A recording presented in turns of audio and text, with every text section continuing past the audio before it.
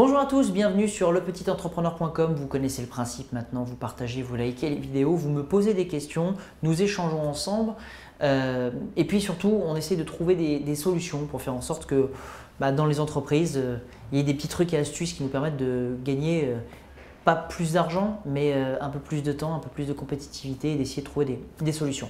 Aujourd'hui j'ai reçu donc un mail de Corentin. Corentin me dit est-ce que vous êtes pour le fait que les grands patrons puissent, alors je relis le mail de Corentin en même temps, avoir un salaire plafonné à 20 fois le plus petit salaire dans l'entreprise.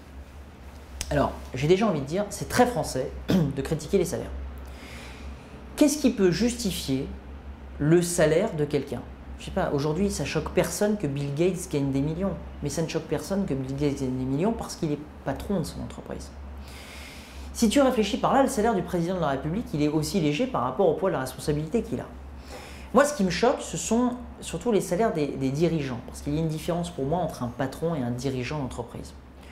Le patron, c'est un mec qui va prendre tous les risques pour son entreprise, qui va prendre des crédits sur sa maison, qui va être obligé de se saigner parfois pour faire en sorte que l'entreprise puisse vivre.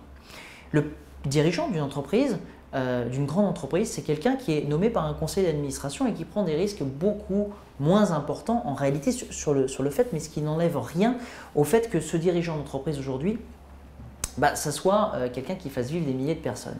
Donc les deux sont importants. Maintenant, pour répondre à la question de Corentin précisément, est-ce que le salaire doit être au maximum de 20 fois le salaire du plus bas salaire? Je ne suis pas certain.